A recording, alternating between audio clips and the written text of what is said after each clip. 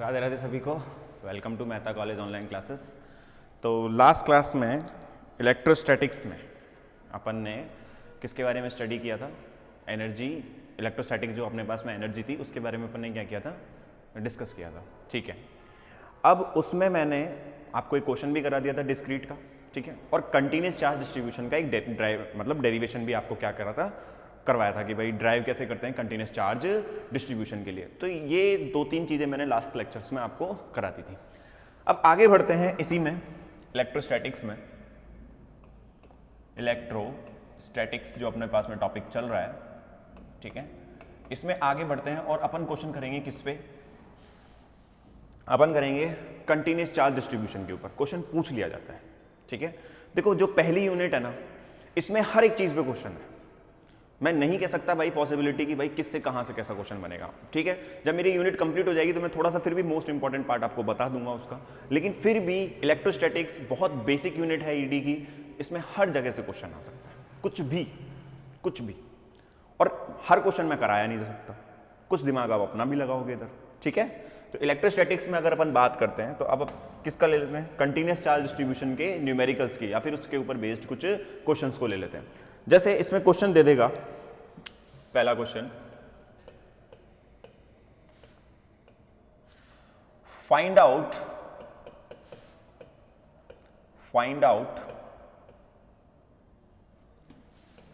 The electrostatic energy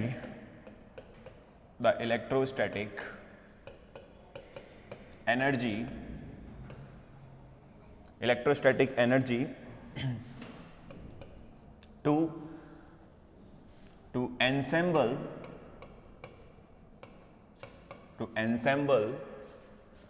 a solid sphere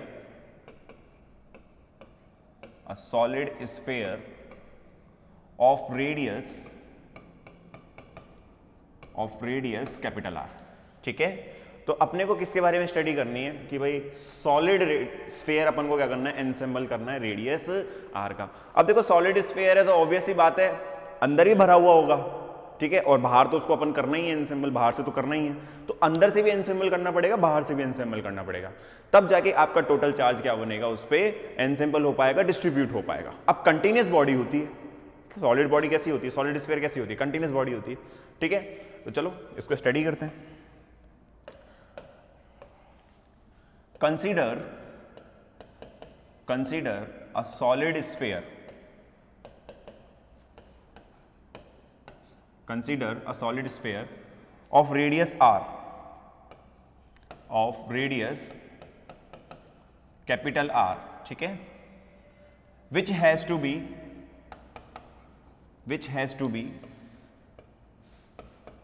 ensembled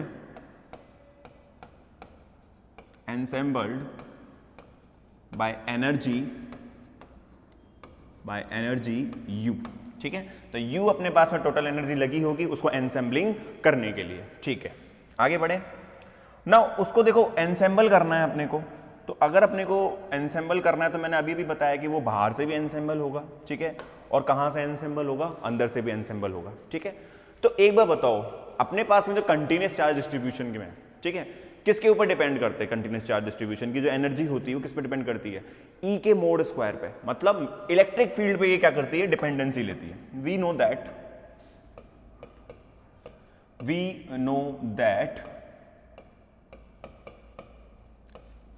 the energy या फिर the electrostatic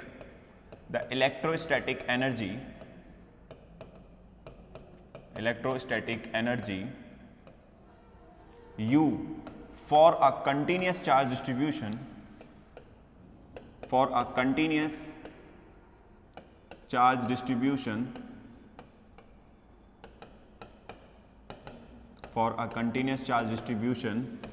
is given by U equals to 1/2 epsilon naught integration of E square mod deta, ठीक है बेटा। इस तरीके से अपने को क्या करते थे, अपन एनर्जी को डिस्ट्रीब्यूट करते हैं, या फिर एनर्जी को अपन फॉर्मूले में लिखते हैं किसके लिए? कंटिन्यूस चार्ज डिस्ट्रीब्यूशन के लिए। तो यहाँ पे अपने को पता लग रहा है कि जो U है, देखो इलेक्ट्रिक फील्ड के मोड पे डिपेंड कर रहा है, उसके भी स्क्वायर पे। दैट मीन्स हमें जब भी हम कंटिन्यूस चार्ज डिस्ट्रीब्यूशन के बारे में पढ़ेंगे तो हमें उसकी इलेक्ट्रिक फील्ड पता होनी चाहिए, उसके बिना अपन एनर्जी को नहीं कैलकुलेट कर सकते, ठीक है। सो देखो अब सॉलिड स्फीयर है तो सॉलिड स्फीयर में अपने पास में 3 इलेक्ट्रिक फील्ड निकाले थे अपन ने, याद करो गॉस लॉ लगा के, ठीक है। Now for solid sphere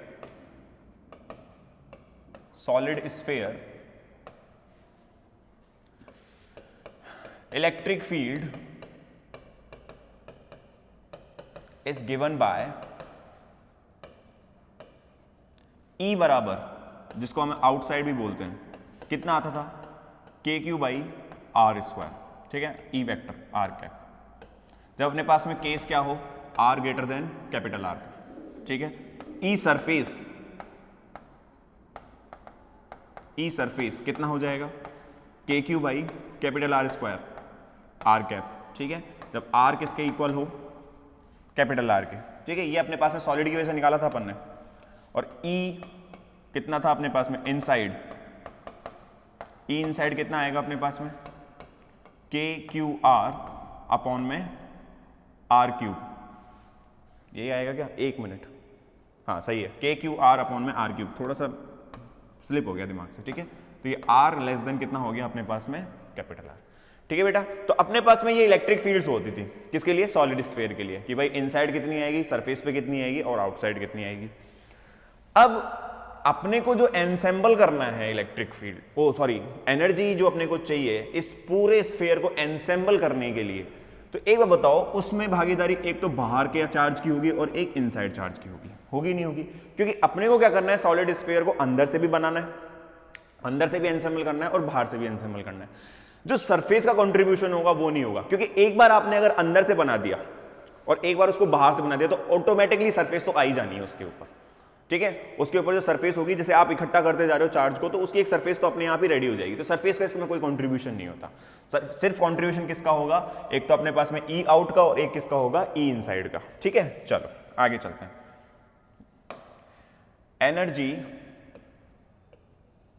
energy required to ensemble a solid sphere. Let U1 energy for electric field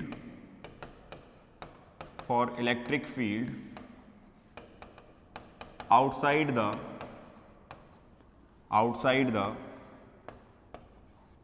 reason, ठीक है। आउटसाइड द रीजन पे अपन ने कितनी ले लिए, U1 ले लिए। तो U1 जो होगा हमारे पास में कितना हो जाएगा, U1 equals to 1/2 epsilon not. देखो बेटा अगर ये एप्सिलॉन नॉट नहीं है, उसने कुछ मीडियम दे दिया तो एप्सिलॉन लेना पड़ेगा, मैं पहले भी बता चुका था रिपीटेड, ठीक है। और यहाँ पे कितना आ जाएगा, इंटीग्रेशन। अब ई स्क्वायर जो होगा इनसाइड की, अच्छा आउटसाइड की बात कर रहे हैं, तो आउटसाइड में तो कितना होता है ये, के क्यू, ये स्मॉल आर स्क्वायर, ठीक है। अब अपन यहां पे इसका मॉड स्क्वायर ले रहे हैं, इसका मॉड स्क्वायर ई का, ठीक है, मतलब उसका मैग्नीट्यूड का स्क्वायर हो रहा है अपने पास में, ध्यान रखना, ठीक है। और साथ में कितना आएगा, डी टाउ, ठीक है। इसको ओपन करते हैं आगे, तो U1 की वैल्यू कितनी हो जाएगी, U1 equals to half epsilon naught, ये कितना हो जाएगा अपने पास में, के स्क्वायर क्यू स्क्वायर, ये तो बाहर आ गया, ठीक है। अंदर बचेगा 1 अपॉन में स्मॉल आर स्क्वायर, इसकी पावर 4 हो जाएगी, इसकी पावर कितनी हो गई, 4 हो गई अपने पास में। और डी टाउ ये आ गया, ठीक है। Now for spherical coordinates, spherical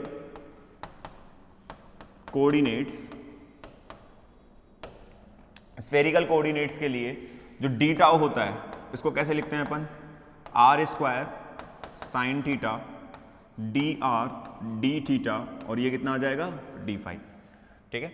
spherical coordinates के लिए अपने पास में डी टाउ किस तरीके से लिखा जाता है, r square sine theta d r d theta d phi. तो U1 कितना हो जाएगा, क्योंकि स्फेयर बना रहे हैं ना तो स्फेरिकल कोऑर्डिनेट्स की जरूरत पड़ेगी, एप्सिलॉन नॉट के स्क्वायर क्यू स्क्वायर, ठीक है।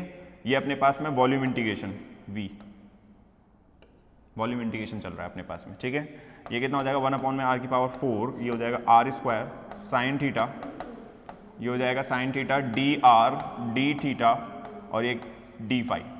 आगे बढ़े, कितना हो जाएगा देखो आर स्क्वायर से ये कैंसिल होगा अपने पास में, ये कितना हुआ 1/2 एप्सिलॉन नॉट के स्क्वायर क्यू स्क्वायर। ठीक, आगे चलें। अब मैं इसको 3 बार में इसे तोड़ देता हूँ, 3 इंटीग्रेशन टूटेंगे वॉल्यूम के अपने पास में। ये कितना हो जाएगा 1 अपॉन में r square sine theta d r d theta और यहाँ पे कितना आ जाएगा डी फाई। ये हो जाएगा 1/2 एप्सिलॉन नॉट के स्क्वायर क्यू स्क्वायर। ठीक है, ये यहाँ पे आर की लिमिट 1 अपॉन में आर स्क्वायर, ये हो गया डी आर, ये यहाँ पे अपने पास में साइन थीटा का साइन थीटा डी थीटा और यहाँ पे कितना आ जाएगा डी फाई। इनकी लिमिट्स लगाऊं तो ये तो 0 to 2 पाई होता है, ये कितना होता है 0 से लेके पाई। अब यहाँ पे जो चार्ज एनसेंबल कर रहे हैं अपन स्पेस के अंदर, जो आर वाला पॉइंट है, आर वाला जो पॉइंट है अपने पास में, ये कितना है देखो, अपन कर रहे हैं कि भाई कहाँ से पूरा स्पेस इनफाइनाइट फैला हुआ है, लेकिन अपने को कहाँ तक चाहिए, सिर्फ आर रेडियस तक का ही चाहिए। ठीक है, तो यहाँ पे अपने पास में जो लिमिट्स होंगी वो कहाँ से कहाँ तक होंगी, आर से इनफाइनाइट, इनफाइनाइट रीजन तक। ठीक है, आर से लेके बाहर की बात कर रहा हूँ ना, आर से बाहर तक का जितना भी चार्ज होगा उसको एनसेंबल कर लेगा अभी। ठीक है, तो आर से अपने स्टार्ट करेगा और इनफाइनाइट रीजन तक है, क्योंकि आउटसाइड तो कहीं भी कितना भी जा सकता है अपने पास में। ठीक, चले, तो ये अपने पास में आर से कहाँ तक हो जाएगा, इनफाइनाइट तक। देखो अभी कितना हो जाएगा 1/2 एप्सिलॉन नॉट, ये हो जाएगा के स्क्वायर क्यू स्क्वायर। अगर इसको इंटीग्रेट करोगे तो कितना हो जाएगा माइनस के 1/r, ये r से लेके कहाँ तक, इनफाइनाइट। अपन जानते हैं कि भैया इस इंटीग्रेशन की वैल्यू तो कितनी आती है 4 पाई, सिंस जो अपने पास में 0 to pi sine theta d theta और ये अपने पास में 0 से 2 पाई डी फाई, इसकी वैल्यू कितनी होती है अपने पास में 4 पाई। ठीक है, तो ये तो कितना आ गया अपने पास में 4 पाई, तो ये कितना हो जाएगा 1/2 इंटू 4 पाई एप्सिलॉन नॉट के स्क्वायर क्यू स्क्वायर। ये अपने पास में कितना आ जाएगा माइनस के 1 अपॉन में इन्फिनिटी और माइनस माइनस प्लस 1 अपॉन में आर। ठीक है, और सॉल्व करते हैं इसको आगे, कितना होगा 2 से अपने पास में कैंसिल होगा 2 पाई एप्सिलॉन नॉट के स्क्वायर क्यू स्क्वायर और अपॉन में कितना आ जाएगा आर। ठीक है, ये U1 मतलब ये वो एनर्जी होगी जो अपन आउटसाइड से चार्ज को क्या करेंगे, एनसेंबल करेंगे। ठीक है, इनफाइनाइट तक कितना भी चार्ज हो सकता है, तो आर रेडियस तक का ही अपने को क्या करना है, ओ आउटसाइड से लेके चार्ज को आर रेडियस तक ही क्या करना है, एनसेंबल करना है। तो वो अपने पास में ये आ गया। अब देखो सरफेस का कॉन्ट्रीब्यूशन क्यों नहीं करते हैं, सरफेस का कॉन्ट्रीब्यूशन क्यों नहीं करते कि इसमें ऑलरेडी आर आ चुका है। अपन ऑलरेडी एक आर रेडियस तक का आउटसाइड अपन क्या कर सकें, चार्ज को एनसेंबल कर चुके हैं, अब इनसाइड करना है। ठीक है, तो इसलिए सरफेस का कोई कॉन्ट्रीब्यूशन नहीं होता। चल आगे बढ़ते हैं। Now let the electrostatic energy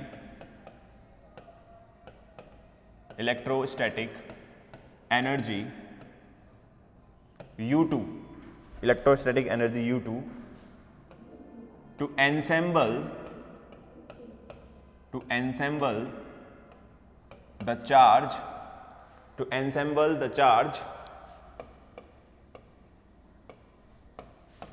inside the solid sphere,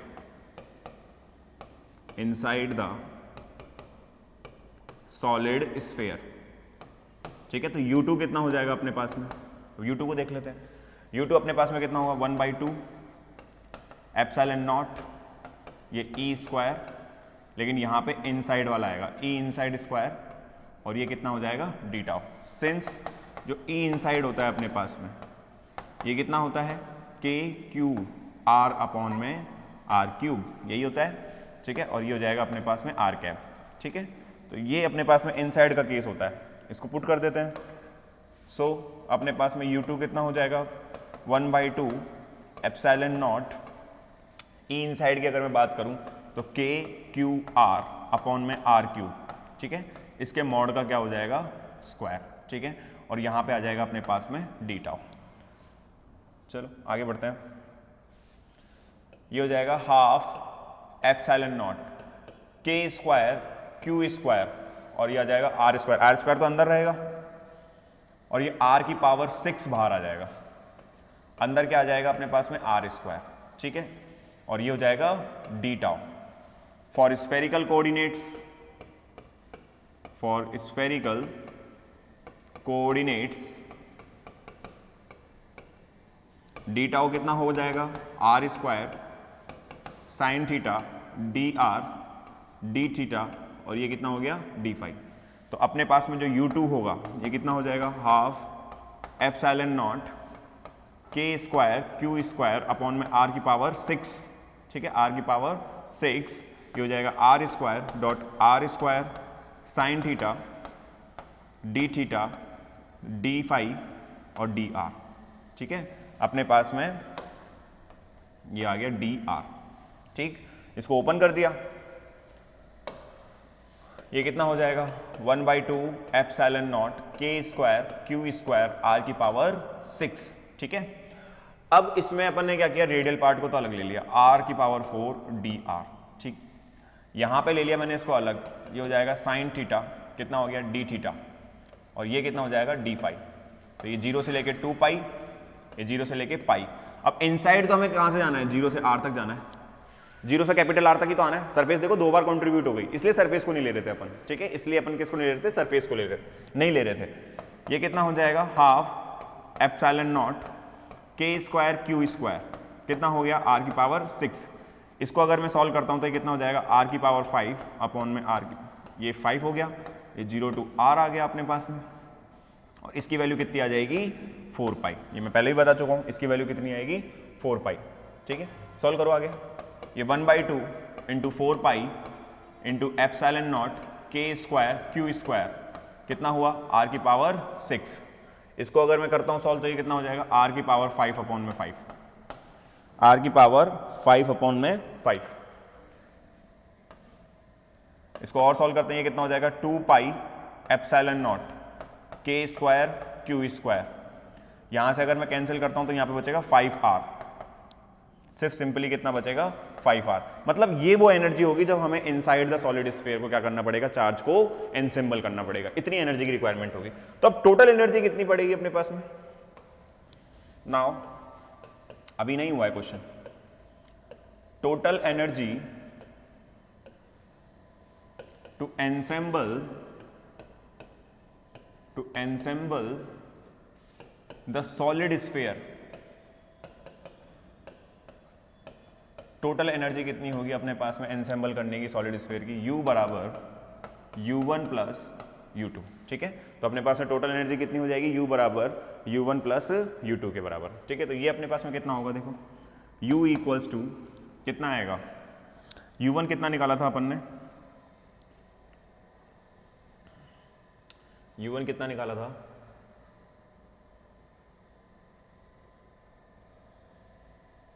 to pi epsilon not के square q square by are.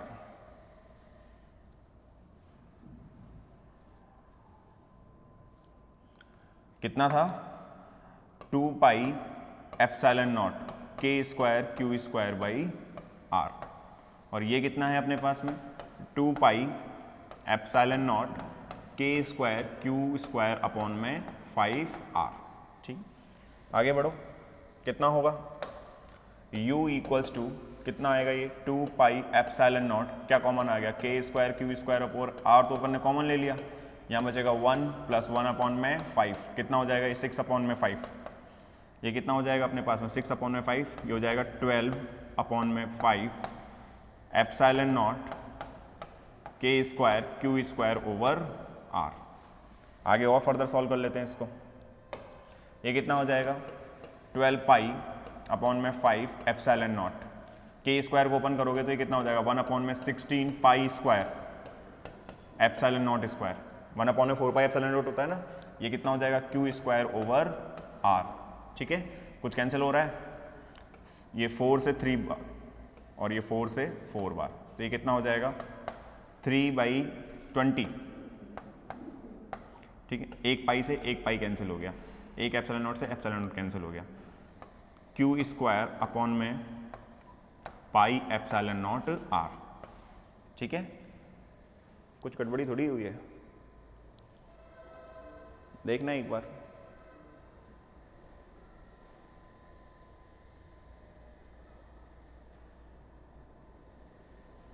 एक बार देखना, इसमें कुछ ऐसा लग रहा है मुझे गड़बड़ी हुई है।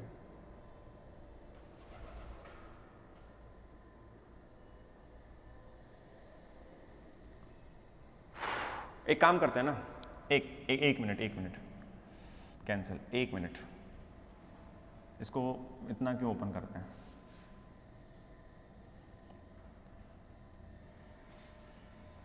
वो थोड़ा कॉम्प्लिकेटेड लग रहा है।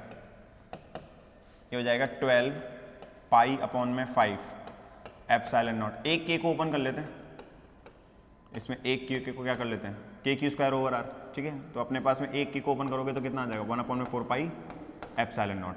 एक एप्सिलॉन नॉट से एप्सिलॉन नॉट कैंसिल, पाई से पाई कैंसिल हो जाएगा, ये 4 से 3 बार, ठीक है। तो u कितना आ जाएगा अपने पास में 3/5 के क्यू स्क्वायर ओवर आर। ये थोड़ा अच्छी फॉर्म लग रही है अपने को, ठीक है, ये अच्छी फॉर्म है। खैर वो भी सही था, कोई दिक्कत नहीं है, आपने के को 2 बार ओपन कर दिया, उससे कोई मतलब नहीं है। तो ये अपने पास में टोटल इलेक्ट्रोस्टैटिक एनर्जी होगी किसी भी एक सॉलिड स्फीयर को एनसेंबल करने के लिए, ठीक है। ये अपने पास में टोटल एनर्जी होगी उसकी। अब के आ गया ना, देखो मीडियम के ऊपर डिपेंड करेगा किस मीडियम के अंदर आप उसको एनसेंबल कर रहे हो, ठीक है। तो this is the required energy, the above energy is the required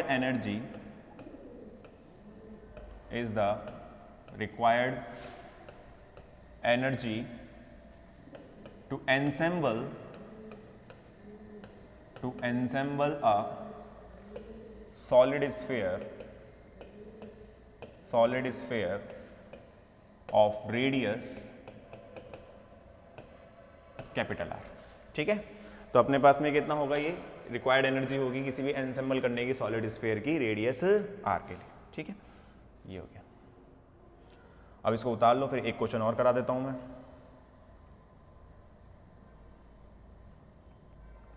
और देखो करना अपने को वैसे भी लाइन, देखो मैं इतना खींचता हूं क्वेश्चन को, उसका भी एक मतलब है। क्वेश्चन बनता है आपका 20 नंबर का, और 20 नंबर का जब क्वेश्चन बनेगा ना, तो उसको अगर तुम जितना शॉर्ट में निपटाओगे ना, वो उतना ही बेकार लगेगा। वो 20 नंबर के हिसाब से फिर वो लगेगा नहीं। इसलिए जो जो चीजें अपने को इंपॉर्टेंट है वो तो लिखते ही जाओ, जो भी अपन लेट कर रहे हैं, जो भी अपन मान रहे हैं, वो सारी चीजें तो इसमें क्या करते जाओ, लिखते जाओ, ठीक है। ये लो, ये क्वेश्चन है और उतारना स्टार्ट करो।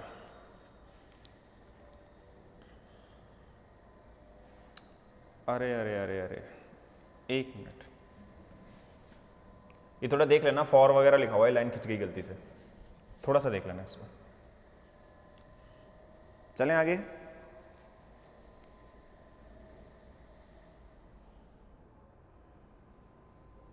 लो,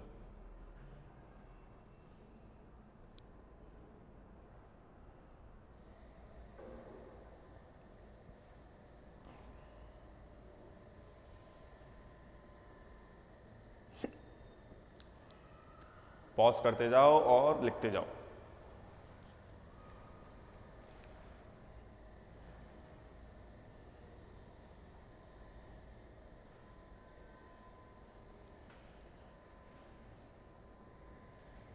कट रहा है क्या वहां पे, इधर ले आऊं, ये क्या आ गया, QR कोड।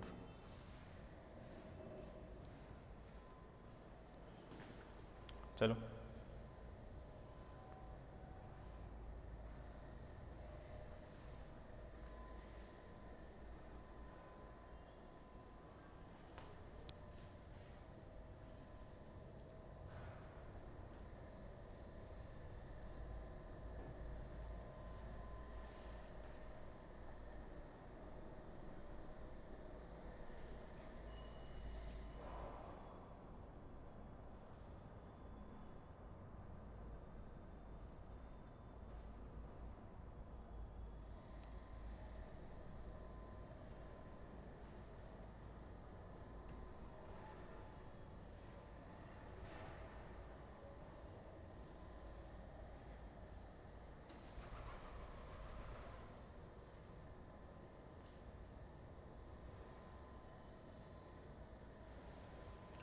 ठीक है।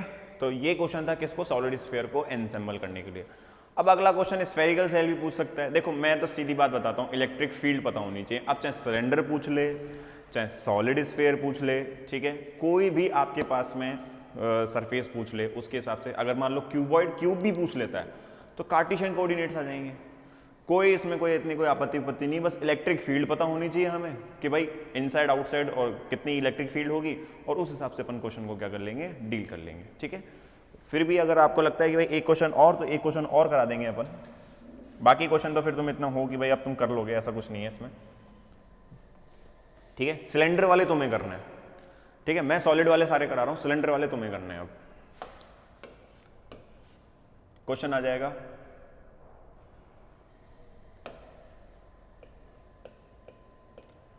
Find out electrostatic energy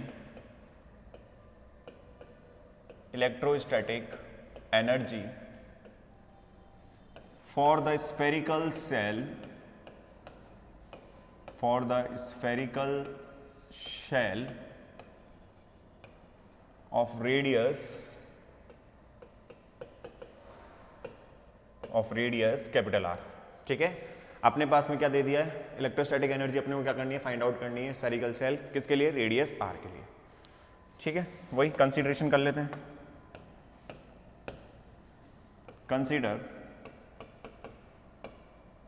a sphere of radius capital R having ensemble charge Q,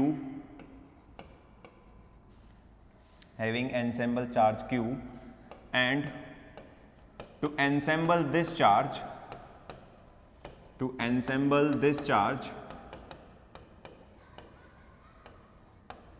let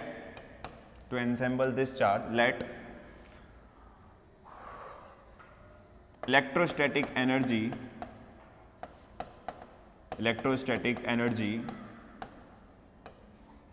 U is required।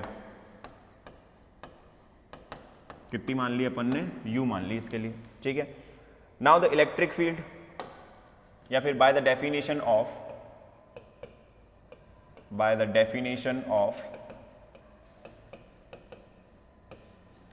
Electrostatic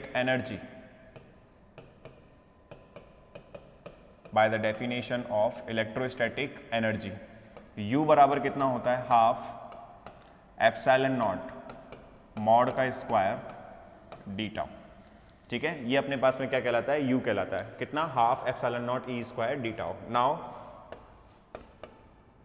for spherical shell,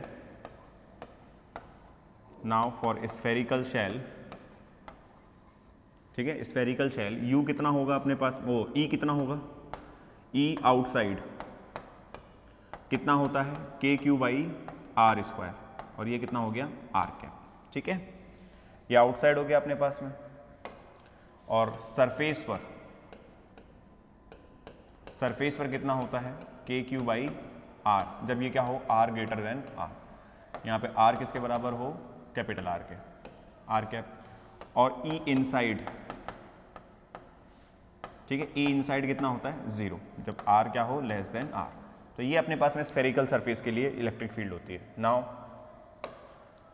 अब देखो, इनसाइड द एनसेम्बल हो भी नहीं सकता, इलेक्ट्रिक फील्ड 0, तो वहां पे तो फिर अपने पास में इलेक्ट्रोस्टैटिक एनर्जी भी क्या रहेगी, 0 रहेगी। इस चीज का ध्यान रखना, क्योंकि इलेक्ट्रिक फील्ड 0 हो चुकी है, तो फिर अपने पास में जो इलेक्ट्रोस्टैटिक एनर्जी निकालोगे उसको एनसेम्बल करने के लिए चार्ज को, तो वो तो 0 हो जाएगी, ठीक है। तो इनसाइड वाला तो कोई केस बनता ही नहीं है, ठीक है, आउटसाइड का रह जाएगा। Let the electrostatic energy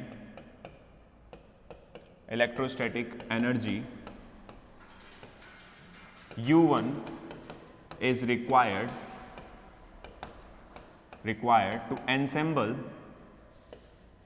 to ensemble a charge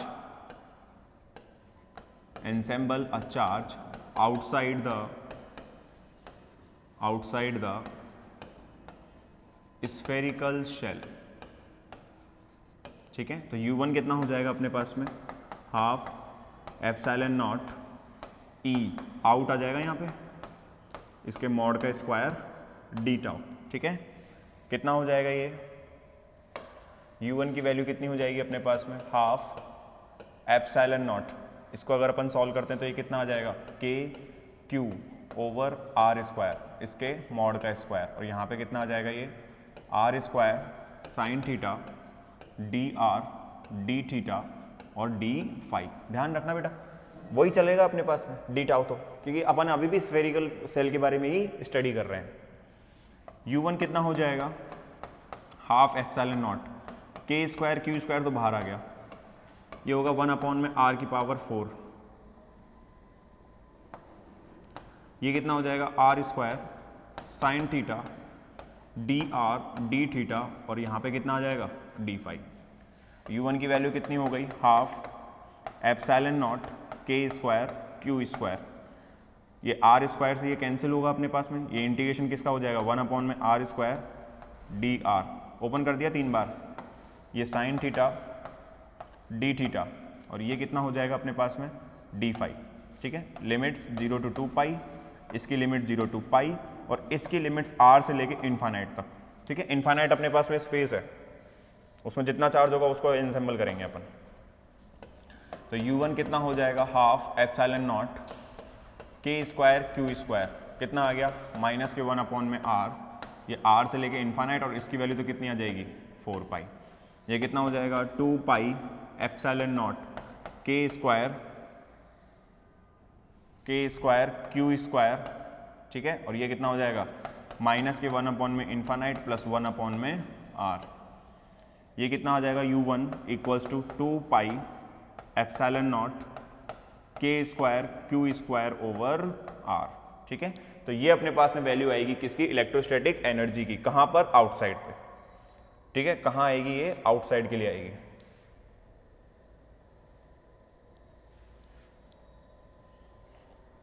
ठीक है, ये कहाँ पे आएगी, आउटसाइड के रीजन में। Now inside the region,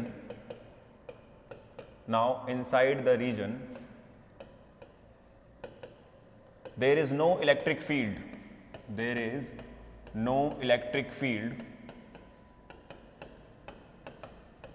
so the electrostatic energy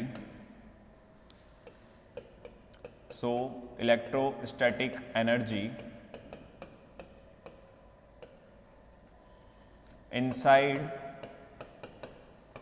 the sphere for ensembling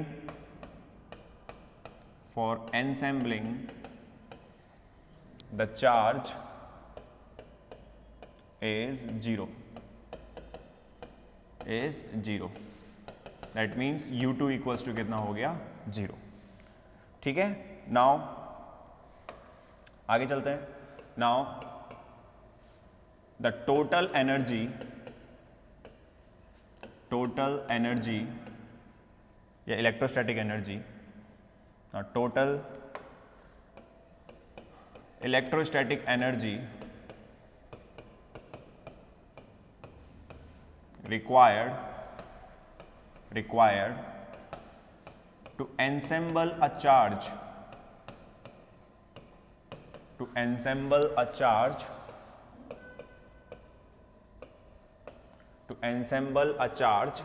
कितना, जो भी अपने पास में Q है, ठीक है, Q चार्ज दे रखा है ना, तो U बराबर कितना हो जाएगा u1 प्लस u2, U बराबर u1 की रह जाएगा, ये हो जाएगा 2 पाई एप्सिलॉन नॉट के square q square over r और इसकी वैल्यू तो कितनी हो गई 0, ठीक है।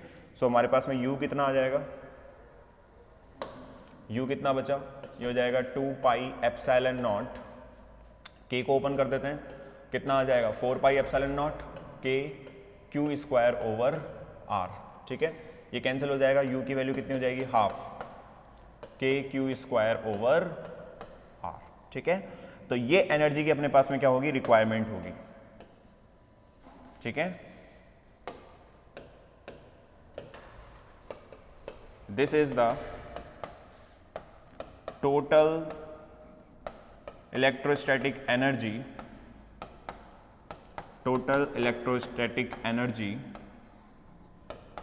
to ensemble to ensemble a spherical shell, ठीक है। तो ये अपने पास में टोटल अपने को क्या पड़ेगी, एनर्जी की रिक्वायरमेंट होगी किसको, स्फेरिकल शेल को बनाने के लिए, ठीक है। नोट डाउन कर लो।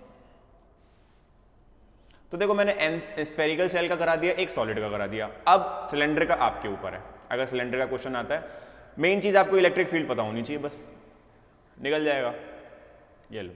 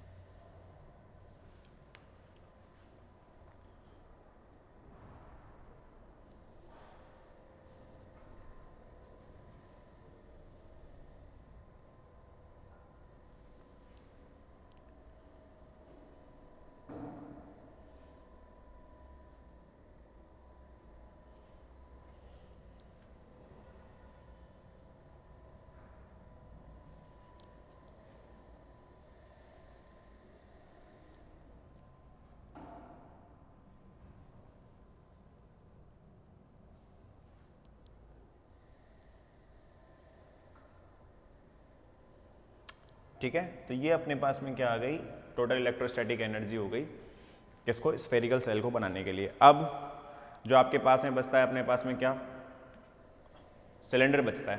तो सॉलिड सिलेंडर और स्फेरिकल सिलेंडर या फिर अपन बोले होलो सिलेंडर, वो केस आपके अलावा, ठीक है। इलेक्ट्रिक फील्ड अपने को पता है, मैंने पहले करवा चुका हूँ सारा सब कुछ। क्वेश्चन में बस अपने को क्या करना है, वैल्यूज पुट करनी है और सीधा करना है। अब यहाँ पे डी टाउ जो होगा आपको किसका वॉल्यूम एलिमेंट लेना पड़ेगा, सिलेंड्रिकल कोऑर्डिनेट्स का लेना पड़ेगा वहाँ पे, ठीक है। और कुछ नहीं है, और कोई दिक्कत नहीं है, ठीक है। तो ये अपने पास में क्या होता है, टॉपिक एंड, ठीक। अब एक टॉपिक आपका आता है कैपेसिटर,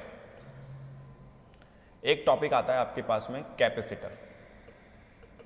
अब इस टॉपिक का डिस्कशन मैं अगले लेक्चर्स में करूंगा अपने पास में, क्योंकि ये टॉपिक में डाइलेक्ट्रिक्स का थोड़ा सा रोल होता है और डाइलेक्ट्रिक्स अभी आपने पढ़ा नहीं है, ठीक है। तो इसको तो अपन क्या करेंगे, थोड़ा सा अपन इसको क्या करेंगे, बाद में स्टडी करेंगे। तो इसके हिसाब से जो अपने पास में इस टॉपिक को नेक्स्ट सेक्शंस में अपने पास में नेक्स्ट लेक्चर्स में एक दो लेक्चर्स इससे ले लूंगा, स्पेशली इसके लिए ले लूंगा, कैपेसिटर के लिए, वो अलग हो जाएगा। तो इलेक्ट्रोस्टैटिक्स के अंदर आपके पास में दो चैप्टर बनते हैं, ठीक है। एक तो चैप्टर 1 जो अपना अभी चल ही रहा था, जो कि अपने पास में बेसिक था, जो कि अपने पास में क्या था, बेसिक था, ठीक है। और एक होता है अपने पास में चैप्टर नंबर 2, ठीक है। अपने पास में दूसरा क्या है, चैप्टर नंबर 2। चैप्टर नंबर 2 क्या बताता है अपने को,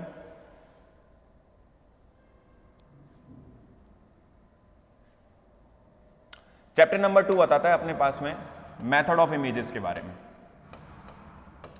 मेथड ऑफ इमेजेस, ठीक है। और इसमें से पक्का आता है क्वेश्चन, इसमें से तो पक्का आएगा, मतलब एक क्वेश्चन यहां से आएगा और एक क्वेश्चन यहां से आएगा अपने पास में। तो 20 नंबर का क्वेश्चन यहां से आता है, 20 नंबर का यहां से आएगा, टोटल हो जाएंगे आपके कितने, 40। तो मतलब आपकी जो ये यूनिट है ना बहुत इंपॉर्टेंट है, 2 क्वेश्चन बनाती है पूरे के पूरे, ठीक है। तो ये जो अपने पास में है, ये अपने पास में अब चैप्टर स्टार्ट करेंगे अपने अगले लेक्चर से, ठीक है।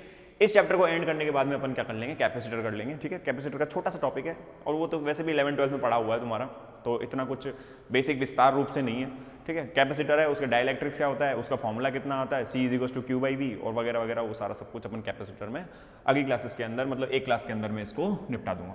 अब आपके पास में जो होगा दूसरा चैप्टर, वो अपन पढ़ेंगे किसके बारे में, कंडक्टर्स और मेथड ऑफ इमेजेस के बारे में, ठीक है, कि कंडक्टर्स क्या होते हैं और फिर कंडक्टर्स के जो अपने पास में प्रॉब्लम्स होती हैं, इनकी जो डीलिंग होती है कि भाई इसके ऊपर पोटेंशियल ग्राउंडेड कर दिया जाए या इसके ऊपर कुछ पोटेंशियल आ जाए तो उसको किस तरीके से सॉल्व करते हैं। तो कंडक्टर्स को जो मेन सॉल्व किया जाता है ना, वो मेथड ऑफ इमेजेस से किया जाता है, ठीक है। मेथड ऑफ इमेजेस एक हाइपोथेटिकल कंसेप्ट होता है।